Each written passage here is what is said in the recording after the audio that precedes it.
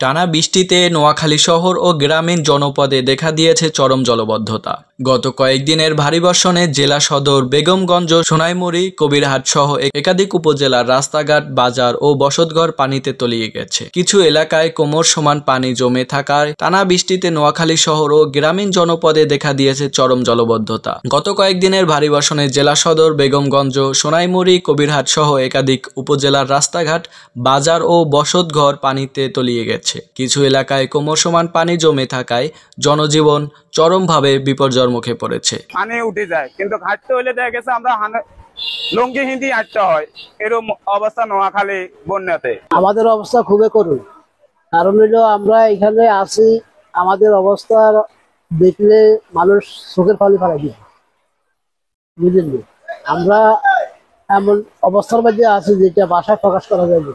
বন্যাতে office আদালত, রিক্সা চালক, দিন মজুরি, আমরা প্রতি বছরে বন্যা দুর্গত এলাকায় কষ্ট করতে হয়। সাধারণ মানুষ ঘরবন্দি, বিশেষ করে শিশু ও বৃদ্ধরা বেশি দুর্ভোগে পড়েছেন। বাজারে নিত্যপণ্যের দাম বেড়েছে, রিক্সা ও যান চলাচল বন্ধ হয়ে পড়েছে অনেক এলাকায়। জেলা প্রশাসকের পক্ষ থেকে জানানো হয়েছে জরুরি ত্রাণ প্রস্তুত রয়েছে এবং পানি নিষ্কাশনের জন্য কাজ শুরু হয়েছে। তবে পানির চাপ বেশি হওয়ায় সময় লাগবে বলে জানিয়েছেন সংশ্লিষ্ট কর্মকর্তারা। আবহাওয়া অধিদপ্তর জানিয়েছেন আগামী 2 থেকে 3 দিন মাঝারি থেকে ভারী বৃষ্টির সম্ভাবনা রয়েছে। ফলে বন্যার আশঙ্কা পুরোপুরি এড়ানো যাচ্ছে না। বিশেষ সতর্কতা জারি করেছেন স্থানীয় প্রশাসন। মানুষকে নিরাপদ স্থানে সরে যেতে বলা হয়েছে, বিশেষ করে যারা নিচু এলাকায় বসবাস করেন। এই ছিল নোয়াখালী থেকে আমাদের সরজমিন প্রতিবেদন। নতুন আপডেট নিয়ে আমরা আবারও ফিরে আসব। আমাদের বাংলার কণ্ঠের সাথেই থাকুন।